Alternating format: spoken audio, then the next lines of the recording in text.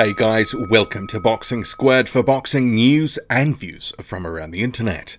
The forgotten man of the heavyweight division, Andy Ruiz Jr. will be back on April 20th in Carson, California on the undercard of the Danny Garcia and Adrian Granados fight, and he will face Alexander Dimitrenko, the Russian who's based out of Germany, who is seen as a bit of a high-level gatekeeper in the division. So this fight, it does serve as a bit of a heat check for the quite inactive Andy Ruiz Jr., who's only had 2 fights since losing to Joseph Parker in 2016. That fight was all the way back at the end of 2016. Ruiz Jr. had a full year out, and then he had 2 relatively low-level fights in 2018. And since then, since his last fight, which was against Kevin Johnson in July 2018, he's changed promotional outfits, leaving Top Rank. He wasn't happy there with his activity, what was happening with his career, and he is signed on the dotted line with PBC. And this will be his first fight under his new promotional deal, and he is facing a guy who has some ambition, but has come up short at the top level a number of times now. But this fight itself, yeah, I could see this actually being a bit of a test for Ruiz, just to sort of see where he's at, but I do expect him to win. And I'll go through some statements now before getting on to a couple of other things.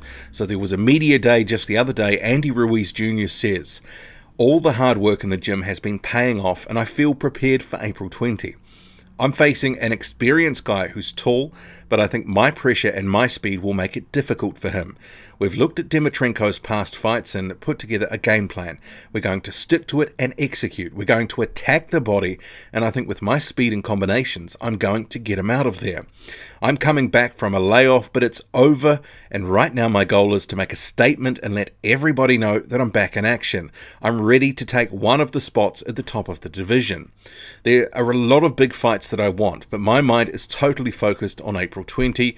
I've never been this motivated. I'm going to be fighting more often, and I'm glad to have the opportunity. Fighting for the Mexican fans gives me more motivation now than ever. I want to be the first Mexican heavyweight champion of the world, and hopefully this year or next year I will accomplish those dreams. I have everything I need now to get where I want to go. This is just the beginning. The more fights I have, the better I'm going to be looking. It feels great to be fighting in Southern California, and I know there will be a lot of Mexicans out there on April 20. It's always a great atmosphere, and my game plan is to steal the show, and I'm going to give it my all for the fans. I think Dimitrenko is going to use his jab and move around. He's tall, but he can't run away forever. At some point, you have to be there toe-to-toe. We've worked on our head movement, and we're going to be ready for anything he brings." Andy Ruiz Jr.'s official statements. So this is a fight where, it could go one of 2 ways. Andy Ruiz Jr. could go in there, look lightning quick, look really good. I mean, putting aside the body, his physical appearance, I'm talking more about the boxing side of things.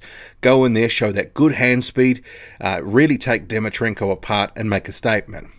Alternatively, it might be a little bit more like the Ruiz Jnr. fight, where it actually takes a number of rounds to really get into the fight and really get on top and dominate Dimitrenko. In that fight in August 2018, Alexander Dimitrenko, he again sort of demonstrated that if you take him lightly and if you go to sleep for, any length of time on your game plan and you're not sort of watching out for what's coming back, he can make you pay. He dropped Ruiz Jnr. in that fight, really landed the right hand. It was a shot that was there for him. He was looking to land it, and eventually it found the mark. I believe that was round 4. And against the run of play, Ruiz Jnr. was down. He was a bit annoyed with himself, but he got back on the grind, and in the next few rounds he started to wear Alexander Dimitrenko down. There was a bit of a controversial ending to that fight. It was waved off before he even hit the deck after taking an uppercut, and he was up straight away complaining. But that fight did look like it was only going one way, but for different stretches in the fight, Dimitrenko was having success, including for that knockdown.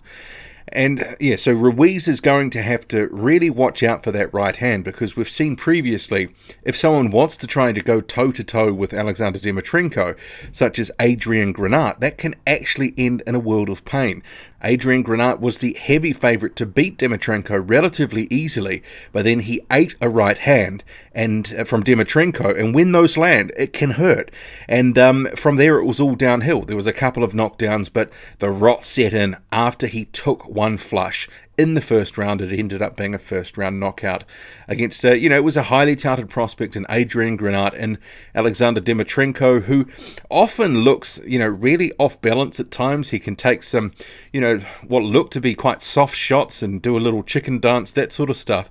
But when he does apply himself and back his power, because he's got decent power, he can actually find the target and he can do some damage. We've seen it before, the Granat knockout and obviously dropping Ruiz Jnr, and that was both unexpected.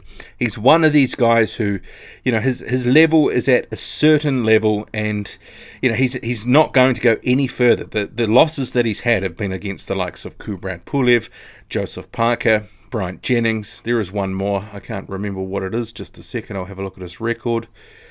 Eddie Chambers, all the way back in 2009. So this guy has been around as a professional for the best part of 20 years now.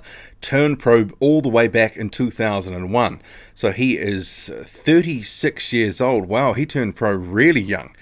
So he, born in 1982, turned pro when he was, 19, 18? Something like that. So, yeah, he has been around forever and a day. The first loss in his career was to Eddie Chambers after 8 years in his career, and then followed by Kubrat Pulev, and then Joseph Parker, and more latterly, Ruiz Jnr. But, he was in some of those fights, like the Ruiz Jnr one, he did actually, against the run of play, do a little bit of damage. Against Joseph Parker, he was steamrolled in that one. That was not a good performance by Dimitrenko. His acting skills were more on display. And given that Andy Ruiz Jr. ran Joseph Parker so close in their fight in 2016, I'm sure he will want to try set a similar bar and really put it on Dimitrenko. And he talked about working the body, and that was something that Joseph Parker did really well in that fight against Dimitrenko. When was that? That was a couple of months actually before Parker fought Ruiz. So I'm sure, if he can work the body, use his advantages in terms of the hand speed, the foot speed, he could actually come in here and look good. And this is what his career needs. But he spoke about Dimitrenko will probably look to use his jab. And he should, because he's got an 8-inch reach advantage over Ruiz. So Dimitrenko with an 82-inch reach, Ruiz 74, and he's also got 5 inches in height on Alexander Dimitrenko. But Dimitrenko, when he's reached a certain level in terms of opposition, often doesn't use those advantages. So he will need to, I think, use those advantages and try keep Ruiz on the outside and look to really pump that jab and look for that right hand when it is available. Whether he gets to use it or not as often as he would like, it remains to be seen. But Ruiz, if you're looking at some of these shots here, this is from the media day, I didn't actually think that he looked in fantastic condition. Obviously, he's got a t-shirt on here, and he's never the definition of the body beautiful, but I did think that he looked a bit heavier than some of the other fights he's been in previously, where he'd been in pretty much career-best condition, the Parker fight being one example. But this is his first fight back for some time, a 9-month hiatus since the Kevin Johnson fight.